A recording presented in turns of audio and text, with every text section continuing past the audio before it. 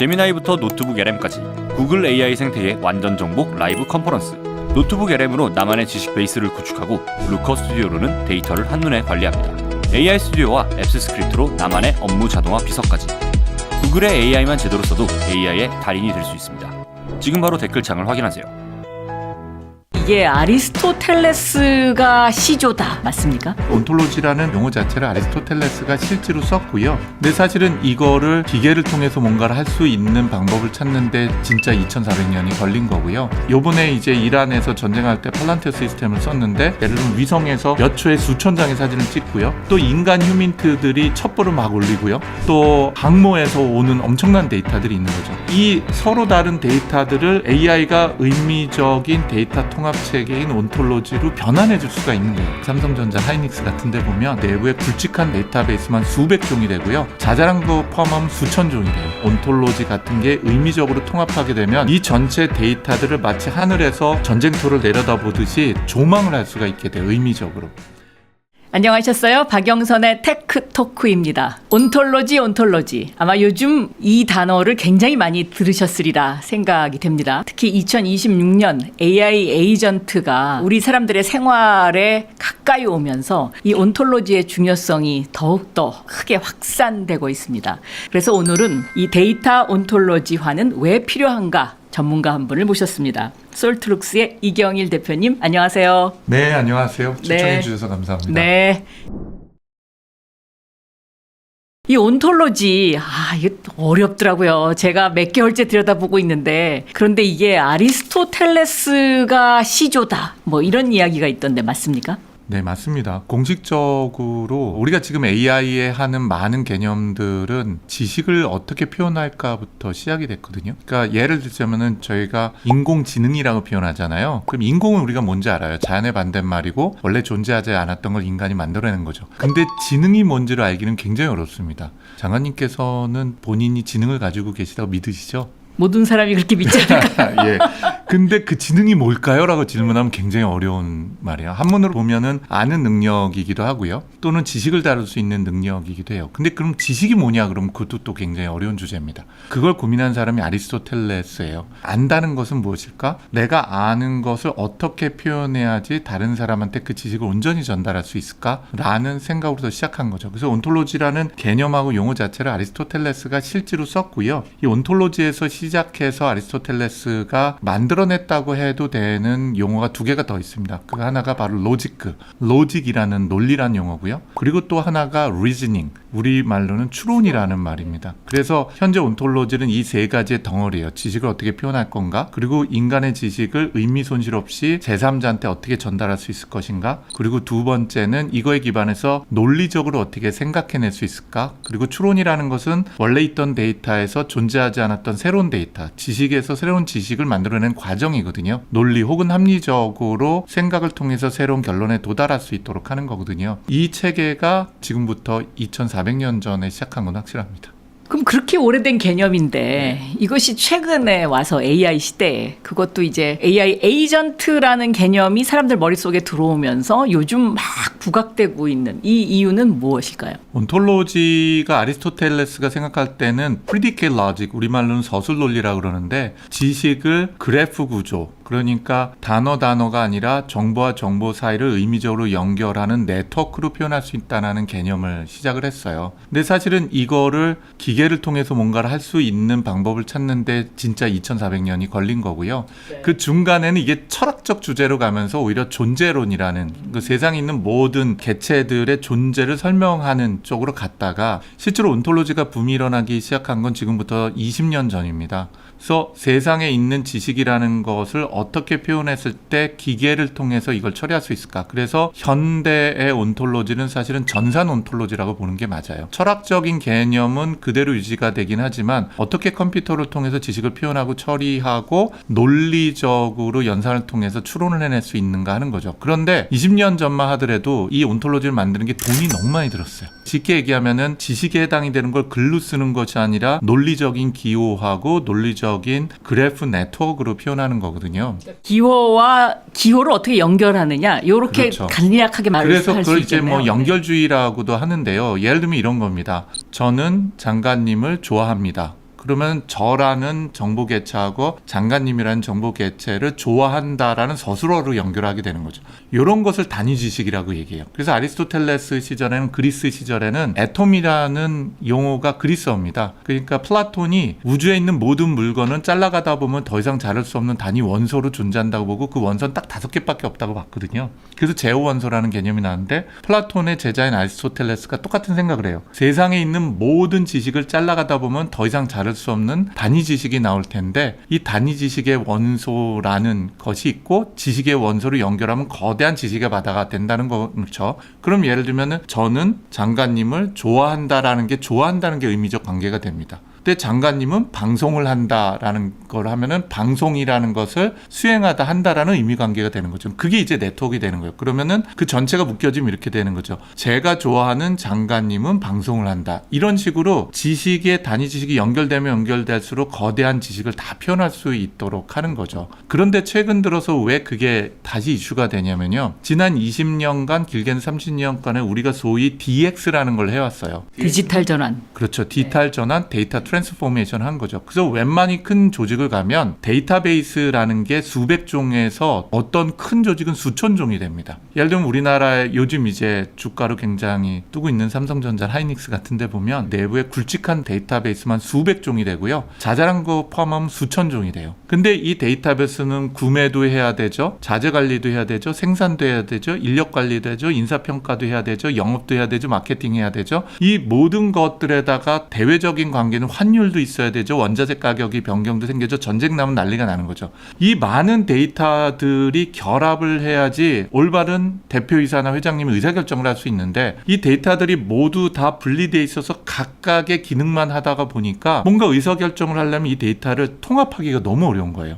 근데 기존의 엑셀 같은 거나 또 큰 엑셀이라고 볼 수 있는 오라클 같은 데이터베이스는 이 모든 분리되어 있는 데이터들을 통합하려고는 어마어마한 돈과 시간을 들이게 됩니다. 근데 그래프 데이터베이스나 온톨로지 같은 게 의미적으로 통합하게 되면 이 전체 데이터들을 마치 하늘에서 전쟁터를 내려다보듯이 조망을 할 수가 있게 돼요. 의미적으로. 그래서 의사결정을 하는 시스템에서는 이질적인 데이터베이스를 통합하는 게 굉장히 중요해지게 됐는데 이제 인공지능한테 그런 일을 시키려고 보니까 그런 인공지능이 바라봐야 되는 데이터들이 굉장히 다양한데 이것들을 의미적으로 통합할 수 있도록 돕는 게 이제 온톨로지가 된 거죠. 또 하나가 중요한 게 있습니다. 20년 전에 온톨로지가 굉장히 붐이 됐을 때는 이 온톨로지를 자동으로 만드는 기술이 굉장히 힘들었어요. 예를 들면은 요번에 이제 이란에서 전쟁할 때 팔란티어 시스템을 썼는데 팔란티어 시스템이 바라보는 상호 이질적인 데이터들이 있습니다. 예를 들면 위성에서 위성 사진을 실시간으로 수백 개의 위성이 몇 초에 수천 장의 사진을 찍고요. 또 인간 휴민트들이 첩보를 막 올리고요. 녹취한 것도 있고요. 거기에다가 이제 고고도 정찰 위성이 가서 사진 찍은 것도 있고 또 항모에서 오는 엄청난 데이터들이 있는 거죠. 이 데이터들이 모두 인간이 읽어보고 어떤 상황인지 판단하기가 어려운 거예요. 그런데 이 서로 다른 데이터들을 AI가 보고 그 AI가 의미적인 데이터 통합 체계인 온톨로지로 변환해 줄 수가 있는 거예요. 그래서 AI가 의사결정하기 위한 에이전트를 만들기 위해서 데이터를 통합하려고 보니까 온톨로지가 필요한데 온톨로지를 또 실시간 데이터로 생성하려고 보니까 AI가 필요한 거예요.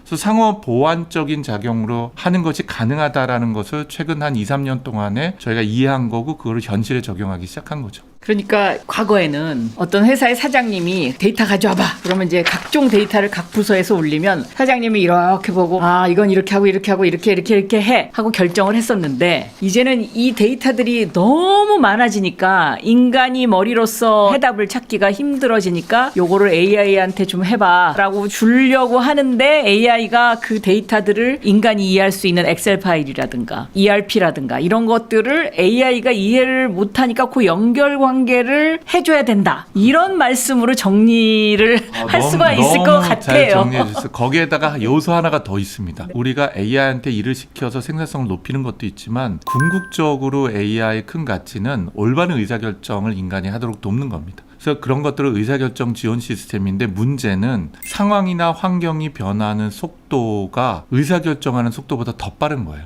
그래서 의사결정을 하는데 막 내부에서 큰 대기업 같은 경우 그러면 뭐 전략실에서 분석하고 전 세계 조사하고 어쩌고저쩌고 하는데 한 달이 걸렸어요. 근데 이미 상황은 바뀌어 있는 거죠. 예를 들면 그런 큰 변화 있는 게 정치도 그렇고요. 행정도 그렇고 기업도 마찬가지인 거죠. 요번에 이제 이란하고 미국이 전쟁을 난 걸 봐도요. 하루에 몇 번씩 상황이 바뀌고 금리, 유가 하루 이틀 만에 정말 훌륭한 기업들이 폭락하기도 하고 주가가요. 폭등하기도 하는 거죠. 이런 여러 변화 상황에서 결국은 한 달씩 걸렸던 의사결정이 이제는 1시간에 의사결정 내려야 되고 10분에 의사결정을 해야 되는 거예요. 그러려고 하고 봤더니 그 LLM 같은 형태, 챗GPT 같은 것만 갖고는 안 되는 거예요. 이 안 되는 이유가 하나가 더 있습니다. 예를 들면 예전에 장관님께서 차관님이나 다른 국장들에게 우리 이런 걸 해봐야 될 텐데 한번 조사하셔서 정책안을 가져와 보세요 라고 했는데 한 달 후에 가져왔어요. 그래서 장관님께 보고를 하는데 저희가 예를 들면 1,000억 원의 예산을 들어서 소상공인이나 IT 쪽에 있는 투자를 해서 이런 걸 해야 됩니다 라고 얘기를 딱 한 장으로 가져옵니다. 그러면 이제 장관님께서 물으시죠. 근데 이 근원은 뭐고 이유는 뭐고 타당한 근거들은 뭐예요? 그럼 현재 LLM 같은 AI는 이런 겁니다. 장관님 저 못 믿으세요? 제가 이 공부 엄청 열심히 했거든요. 그냥 제 결론이 이런 겁니다. 지금 챗GPT 같은 모든 AI는 설명 불가능해요. 모두 다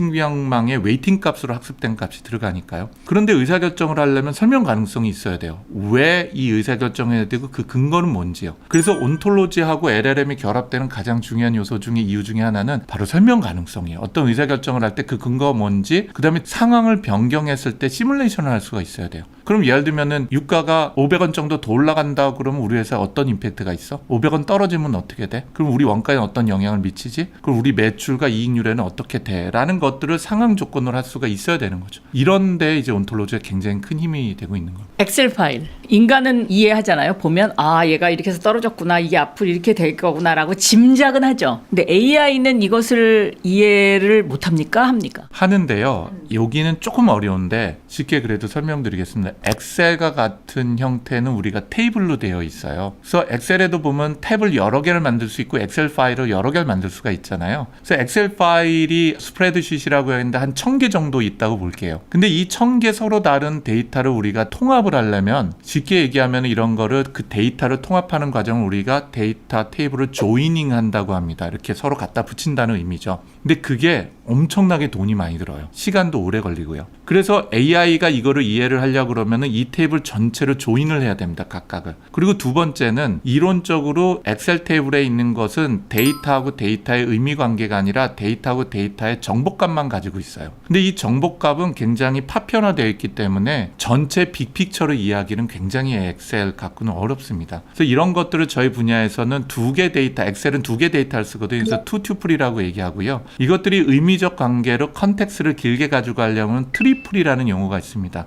정보 3개를 사용을 해야 되는 거죠. 그래서 온톨로지는 정보 3개를 사용을 해요. 그래서 쉽게 말씀드리면은 엑셀에 대한 정보 이해도가 40점이라면은 인공지능이 바라봤을 때 이걸 온톨로지로 바꿔나면은 한 80에서 90% 정도의 이 정보가 가지고 있는 것을 이해할 수 있다라고 상징적으로 이해하셔도 될 것 같아요. 그러면은 예를 들어서 ERP 이거는 엑셀 파일하고 거의 비슷한 거잖아요. 테이블로 돼 있는 거. 그럼 이거 역시 AI가 잘 이해를 못할 텐데 그러면 지금 말씀하신 것처럼 엑셀 파일은 X축과 Y축 두 가지 정보를 입력한 거고 온톨로지화 하는 거는 G축이 하나 더 들어간다. 3,000이라 보시면 돼요. 네. 그럼 이 G축에는 뭘 집어넣는 건가요? 그 G축에가 결국 정보하고 정보를 연결하는 의미를 부여를 하는 거예요. 그 의미를 어떻게 부여를 합니까? 예를 들자면 제가 장관님을 좋아한다라고 하면은 저희 둘의 관계는 제 관점에서 봤을 때는 좋아한다라는 게 의미 관계예요. 근데 그거를 뽑아내는 방법이 크게 3가지인데 첫 번째는 예를 들자면은 어떤 긴 책을 썼는데 그 책에다가 장관님과의 오래된 인연에 대한 것들을 얘기를 썼다고 칠게요. 그래서 그분은 정말 제가 존경하고 이런 말을 썼다고 할게요. 그러면 실제로 AI가 그거를 읽어내고 읽은 과정에서 두 개체 간의 관계라는 것을 추출을 해내는 기술이 있어요. 이런 것들이 온톨로지를 자동으로 추출하고 생성해내는 기술이라고 얘기합니다.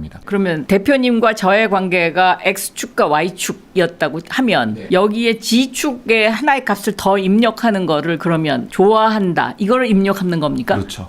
근데 이제 보통 저희가 그림을 그릴 때는 X축, Y축, G축으로 논다면 G축도 너무 다를 수 있기 때문에 이 둘을 연결하는 선분을 그리고요. 선분 위에다가 의미를 부여를 하죠. 근데 결국은 말씀하신 것처럼 G축인 겁니다.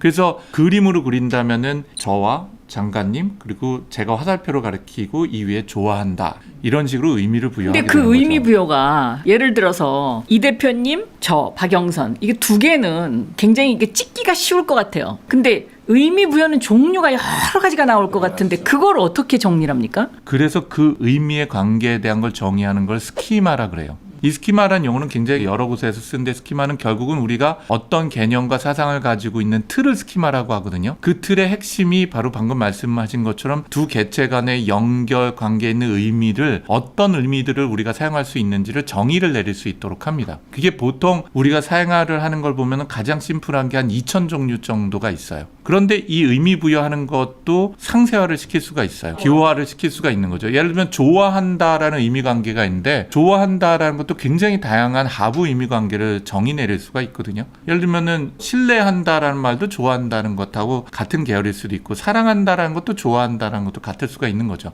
이렇게 서로 두 개체가 가질 수 있는 의미 관계에 해당이 되는 관계를 설명할 수 있는 다양한 사실은 정확히 표현은 용어는 아닌데요. 언어는 아닌데 그런 것들을 정의할 수 있는 거를 온톨로지 스키마라고 얘기를 해요. 이런 거를 저희가 개념화라고 합니다. 개념화라는 거는 보통 우리가 사용하고 있는 용어가 일상 용어는 수만 개밖에 안 되거든요. 왜냐하면 우리 한자 배울 때도 결국 천자문이면 천자가 꼭 대부분을 사용할 수 있다는 거니까요. 그리고 의미 관계에 대한 것들은 사실은 뉘앙스까지 보면 이것도 수만 개 정도가 되는데요. 실제로 우리가 사용하는 의미 관계는 수천 종이 안 됩니다. 그래서 보통 예를 들면은 수만 개의 용어나 수만 개의 개념과 수천 개면 이걸 서로 곱하는 거니까 어마어마한 정보를 표현할 수가 있죠. 그래서 이런 방식으로 실제로 정보가 가지고 있는 의미를 표현해내도록 하는데 이게 굉장히 중요한 것이요. 이렇게 표현해내게 되면은 아무 관계가 없었다고 보여지는 것으로부터 향후 의미 관계가 이제 뽑아져 나오기 시작하는 거죠. 큰 틀을 보게 되니까요. 예를 들면은 장관님하고 친하신 분들 중에서 저는 모르지만 저하고 또 굉장히 친한 분이 있을 가능성이 있거든요. 저희가 서로 맞춰보지 않았기 때문인 거죠. 그러면 우리가 소셜 네트워크처럼 그림을 그려내면 장관님의 친구분들 쫙 나열해놓고 제가 친한 분들을 나열하면 여기서 서로 또 연결된 분이 있을 수가 있죠. 이게 네트워크의 힘이거든요. 그래서 지식의 네트워크 힘을 주는 게 그게 온톨로지다라고 보실 수가 있는 거죠. 조금 이해가 되려고 하는 것 같기도 하고 그렇습니다. 네. 빅데이터 얘기가 나온 지가 꽤 오래됐는데요. 네. 그래서 이제 기업들이 이 빅데이터가 앞으로 우리의 먹거리다 그래갖고 막 데이터를 엄청 많이 모집하는 데까지는 했던 것 같아요. 그런데 이러한 단순한 데이터베이스나 또 데이터 레이크하고 온톨로지 기반의 데이터 구조물은 지금 설명 듣고 보니까 이거 다르겠구나 이런 생각이 듭니다. 그래서 여태까지 저희가 데이터 레이크, 데이터 웨어하우스, 데이터 마트라고 얘기하는 건 모두 다 아까 말씀드린 투 튜플 구조의 엑셀 같은 테이블로 가지고 있는 거예요. 근데 이 데이터가 방대해지면은 엑셀 하나로는 처리 못하니까 엑셀의 장표가 계속 늘어나거든요. 근데 기존의 전통적인 데이터베이스는 이 엑셀이 서로 다른 것의 의미를 파악하려면 이 엑셀이라는 것을 특정한 정보값으로 통합을 해야 돼요. 근데 이 개수가 늘어나면 한 번에 또 통합도 할 수가 없습니다.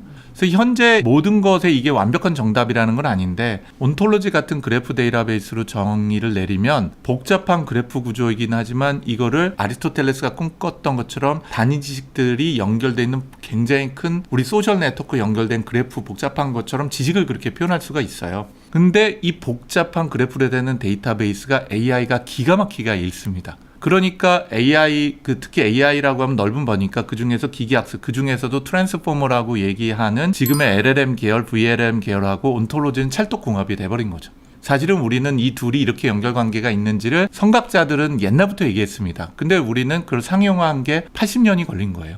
근데 지금 또 말씀을 듣고 보니까 그러면 이 온톨로지스트의 직업군이라는 것이 이제 앞으로 새로 생겨날 것 같고 이 온톨로지화하는 그 종류가 산업별로 뭐 문화별로 굉장히 다양해질 것 같은 생각이 드네요. 온톨로지가 모든 것들을 해결하는 성배도 아니고요. LLM과 트랜스포머 기반한 지금 우리 소위 AI라고 얘기하는 것도 성배는 아닙니다. 그래서 이 두 가지가 적용될 수 있는 영역이 같이 적용될 때도 있고 어느 한쪽이 중요하게 추가적으로 적용될 때도 있는 것 같아요. 그래서 온톨로지가 큰 힘을 발휘하는 쪽은 현재로 제가 봤을 땐 데이터가 복잡하게 분산되어 있고 또 사일로라 그러죠. 그 데이터들을 융합하기 힘든 도메인에서 굉장히 힘을 발휘하는데요. 대표적인 예가 어디냐? 국방, 행정, 그리고 의료, 또 제조업 이런 부분엔 엄청나게 시너지를 내도록 합니다. 왜냐하면 데이터는 많은데 이런 것들이 다 분산돼 있고 분리돼 있거든요.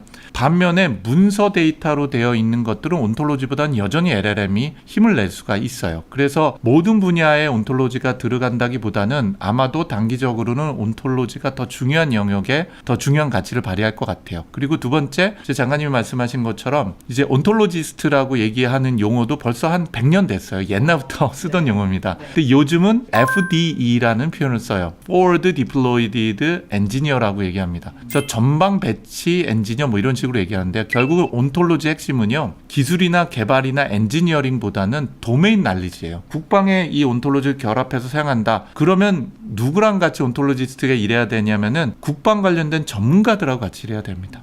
그래서 팔란티어 같은 경우는 FD를 양성해서 FDA가 군대에 다시 가요. 그래서 군인들과 같이 일을 합니다. 의료 쪽에 들어가야 된다. 그럼 의사 선생님들하고 같이 일하고요. 온톨로지스트가 누가 되냐? 의사 선생님이 온톨로지스트에 굉장히 중요한 역할을 해요. 협업을 하게 됩니다. 의미 전달을 해줘야 되니까. 그렇죠. 그리고 그 세상에 대한 설명을 해줘야 되니까요. 그래서 결국은 엔지니어가 온톨로지스트가 되는 경향도 있지만 궁극적으로는 그 도메인에서 전문가분들과 협업을 하는 형태가 되고 기존에 있던 온톨로지를 만드는 역할을 하는 사람들은 그 틀과 그 전문성이 있다면 결국은 그게 현실에서 사용이 되려면 각각의 전문 도메인에 계신 분들이 협업을 하는 구조가 만들어지게 되는 거죠. 그럼 예를 들어서요. 의료 분야의 온톨로지를 한다 했을 때 손에 붉은 점이 나타나면 이거는 무슨 징후야. 이런 어떤 가설이 있다고 하면은요. 이거를 이 데이터를 온톨로지화 했을 때 그러면 붉은 점, 손 그리고 이 붉은 점이 나타나는 여러 가지 형상의 지축을 그러니까 의사 선생님으로부터 그동안의 도메인 널리지를 들어서 엔지니어가 그러면 이 손에 붉은 점이 나타난 거는 간이 나빠서일 수도 있고 예를 들어서 너무 많은 알러지가 있어서 있을 수도 있고 그러면 간이 나빠서일 수 있다라는 거는 그걸 어떤 식으로 그걸 기호화하는 겁니까? 그거를 기호화하는 문법이 있어요. 그게 크게 산업표준처럼 표준화된 것과 국제기구에서 표준화된 게 있어요. 그래서 그 기호화하는 방법 중에 하나가 RDF하고 OWL이라는 언어가 있습니다. RDF하고 OWL이라고 해서 그 온톨로지를 표현하는 문법과 언어가 있어요. 예를 들면 우리가 수학이라고 하면은 숫자에다가 더하기라는 기호, 빼기라는 기호가 있는 것처럼 그 지식을 표현하는 언어가 있습니다. 그게 한쪽은 RDF하고 OWL이라는 언어가 있는데 이거는 이제 표준화되어 있는 체계이고요. 이거는 추론을 더 중요하게 다루는 온톨로지 언어입니다. 다른 쪽은 추론을 할 수는 없지만 방대한 데이터를 그래프로 표현하기에 적합한 또 언어가 있어요. 그런 언어를 프로퍼티 또는 프레임 로직이라고 하거나요. 프로퍼티 그래프라고 얘기하는 걸 표현하는 또 언어들이 있습니다. 그래서 실제로 통용되고 있는 온톨로지 언어가 한 20종이 되고요. 현재 많이 쓰는 온톨로지 언어는 한 3-4종 정도가 있습니다. 그래서 이게 역사가 오래되기 때문에요. 표준화도 굉장히 오래전에 표준화가 이미 국제기구에서 다 표준화를 했어요. ISO뿐만 아니라 월드 와드 컨소시엄이라는 W3C에서도 표준화가 되어 있는 상태라고 보시면 됩니다. 그러면은 그 온톨로지 언어를 공부한 사람이 필요하겠군요. 그렇죠. 금방 배워요. 우리 영어 배우고 뭐 불어 배우는 것처럼 어렵지 않고요. 한 달 정도 배우면은 금방 배우긴 합니다. 문제는 근데 언어를 배웠다고 해서 실제로 언어와 그 언어를 구현을 해서 아름다운 글을 쓰는 것은 다른 능력이기 때문에 언어는 상당히 쉽습니다. 한 달이면 배우지만 그걸로 어떻게 훌륭한 온톨로지를 만들 수 있는 틀을 설계하느냐는 또 다른 능력이기도 하죠. 네, 그거는 경험이 있어야 될 것 같습니다. 그렇죠. 경험이 있어야 되고 전문성이 있어야 됩니다. 아까 의료 쪽을 얘기하는데 많은 분들이 마치 온톨로지가 팔란티어 때문에 시작된 새로운 놀라운 거라고 생각하는데 그렇지 않고요. 진짜 2400년 전부터 시작해서 최근 80년 동안에 많은 연구자들이 했었던 이론이에요. 그런데 그중에서 제일 깊게 사용되는 분야가 의료입니다. 지금 의료에 있는 국제표준은 모두 다 온톨로지로 돼 있어요. 그래서 의사 선생님들은 다 알아요. 의사 선생님들이 남들이 못 알아보는 기호를 막 쓰잖아요. 네. 예, 그 중에서도 스노메드라는 게 있습니다. 이거 의사 선생님들은 다 알아요. 이 스노메드라는 게 국제표준 온톨로지입니다. 아까 이제 장관님이 얘기하신 거하고 똑같은 얘기예요. 여기에 만약에 피부에 반점이 생겼는데 반점의 유형이 동그랗다. Z축입니다. 반점의 유형이 불규칙하다. 반점의 색깔이 검정색이다. 반점의 색깔이 회색이다. 반점의 털이 나 있다. 반점의 중심은 검정색이 바뀌었다. 이게 이제 이 반점 하나를 둘러싸고 있는 많은 정보들이죠. 이런 것들을 그런 식으로 표현을 한다고 칠게요. 그런데 반점인데 이게 불규칙한 패턴이고 검정색이 아니다. 그러면 이게 컨텍스트를 갖는 거죠. 그럼 이게 뭐냐? 확률적으로 암일 가능성이 있는데 그럼 암이었을 때는 어떻게 돼야 되냐? 이게 점점 커진다든지 이런 식의 해당이 되는 게 모두 다 온톨로지로 이미 표현돼 있어요. 의료는. 국방은 어떻습니까? 국방의 데이터도 지금 온톨로지화가 많이 돼 있습니까? 미국은요. 한국의 경우에는. 한국은 하나도 안 됐습니다. 이거는 이미 알려진 거니까 말씀을 드려도 될 텐데요. 미국은 JDC라는 게 있습니다. JIDC2라는 게 있어요. JDC2라고 얘기합니다. 이 체계가 모두 다 온톨로지 개념으로 체계화된 거예요. 그래서 국방부문에 있는 모든 데이터들, 예를 들면 인공위성에서 온 것들, 뭐 항공모에서 온 것들, 전투기에서 온 데이터들 다 통합해서 작전 지휘를 하고 그 다음에 여기서 의사결정 내릴 수 있도록 하는 체계가 되는 거죠. 그게 JDC2예요. 우리나라는 비슷한 거에 전 버전이 있는데 그게 KICS라고 해서 KCCS라고 얘기합니다. 그런데 JDC2는 온톨로지 체계 같은 걸로 되는데 KCCS는 엑셀로 되어 있어요.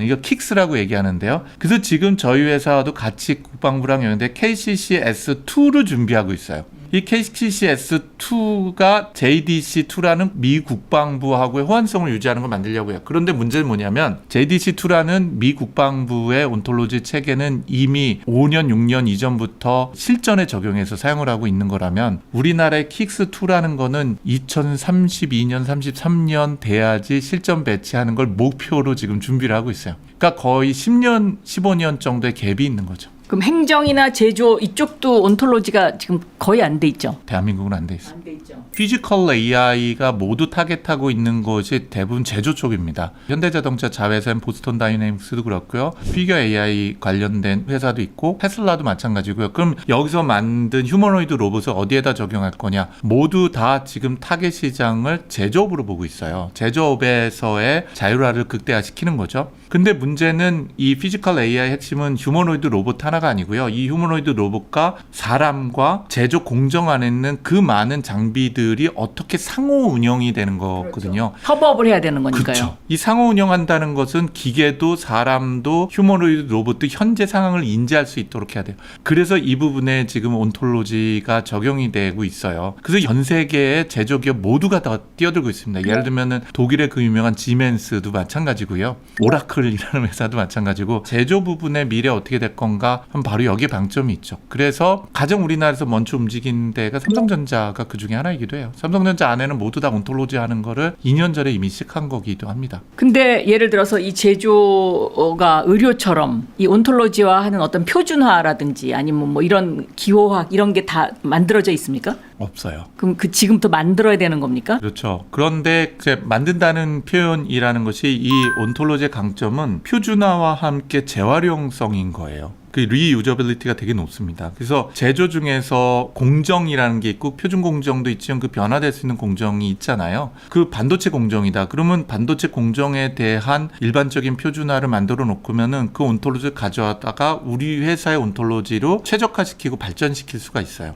그러니까 이런 형태를 미래에 한다라고 한다면은 여기에다가 AI를 결합할 수가 있는 거죠. 예를 들면 현재 제조업에 LLM이나 챗GPT를 적용을 해서 혁신이 일어난 게 있냐? 없거든요. 왜냐하면 LLM은 모두 다 글 쓰는 정도랑 요약이나 말만 하는 거죠. 근데 제조업에 가면은 문제는 뭐냐면 업무 프로세스라는 게 있고요. 업무 프로세스 안에 기계로부터 쏟아져 나오는 장비로부터 쏟아내는 머신 데이터들이 있는데 그 머신 데이터들은 모두 다 수치 데이터고 시계열 데이터예요. 이런 것들은 현재 LLM은 이런 데이터는 못 다룹니다. 그래서 이런 데이터를 온톨로지화 시키면 이 온톨로지화 시킨 건 또 LLM이 기가 막히게 또 읽어요. 그래서 그 둘이 상보성이 있는 거죠. 그래서 제조 부분, 국방 부분 말씀드린 것처럼 의료 부분 쪽에서 온톨로지를 포함한 지능화시키고 지식화시키는 것이 현재 LLM을 포함한 에이전트 체계를 만드는 거에 가장 중요한 요소로 되는 거죠. 기본이 되겠네요. 그렇죠.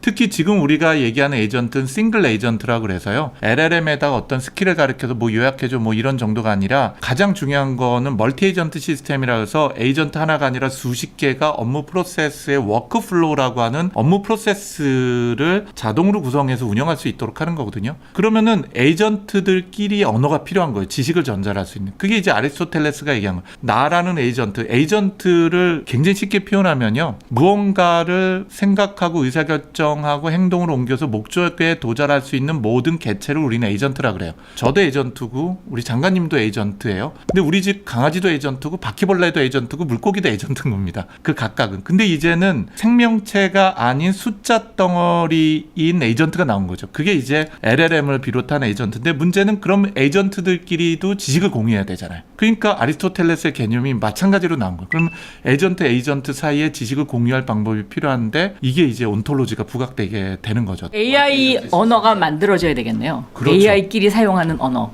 그리고 AI들끼리 공유할 수 있는 지식 표현 체계가 필요한 거죠. 예를 들자면 이것도 재미난 주제인데요. 모차르트는요, 작곡이라는 걸 하기 위해서 악보를 그린 적이 없습니다. 왜냐하면 이 사람은 머릿속에 모든 음악이 한 번에 다 들렸거든요. 그러니까 머릿속에 모든 음악이 다 들렸기 때문에 그 오케스트라의 20-30개의 악기가 처음부터 끝까지가 다 머릿속에 있었던 거죠. 이 사람이 악보를 그려야 되는 유일한 이유는 음악이 아니라 남들한테 그 음악을 연주하게 하기 위한 거였어요. 그래서 바이올린에 대한 악보를 그려주고 첼로에 대한 악보를 그려주는 거죠. 똑같습니다. 결국은 A라는 AI 에이전트와 B라는 에이전트가 협업을 하려면 지식을 전달하고 소통해야 되고 이 데이터를 해석할 수 있는 레이어가 필요한 거죠. 이런 것들을 이제 시멘틱 패브릭, 시멘틱의 의미란 뜻이거든요. 의미로 지식을 직조한다 그래서 시멘틱 패브릭 또는 시멘틱 데이터 패브릭이라고 표현을 하게 됩니다. 그래서 그 위에 이제 에이전트가 올라가는 체계가 미래 비전이 되는 거죠. 그러면 예를 들면 삼성전자가 도입한 그 온톨로지화한 것이 어떤 하나의 표준이 될 수 있잖아요. 이제 앞으로 그 산업 분야에서는. 근데 이게 밖으로 새 나가면 다른 후발주자가 금세 따라올 거 아닙니까? 그렇죠. 그래서 네. 이런 기술들을 우리는 두 가지 현장에서 산업 환경을 두 가지로 나눕니다. 하나가 우리가 소위 클라우드라고 얘기하는 것들. 클라우드라는 것은 우리 회사 바깥쪽에다 우리 데이터를 줘서 공개되어 있는 클라우드에서 있는 인공지능이든 온톨로지를 체계화 구축하는 거죠. 현재 팔란티어가 그런 방식만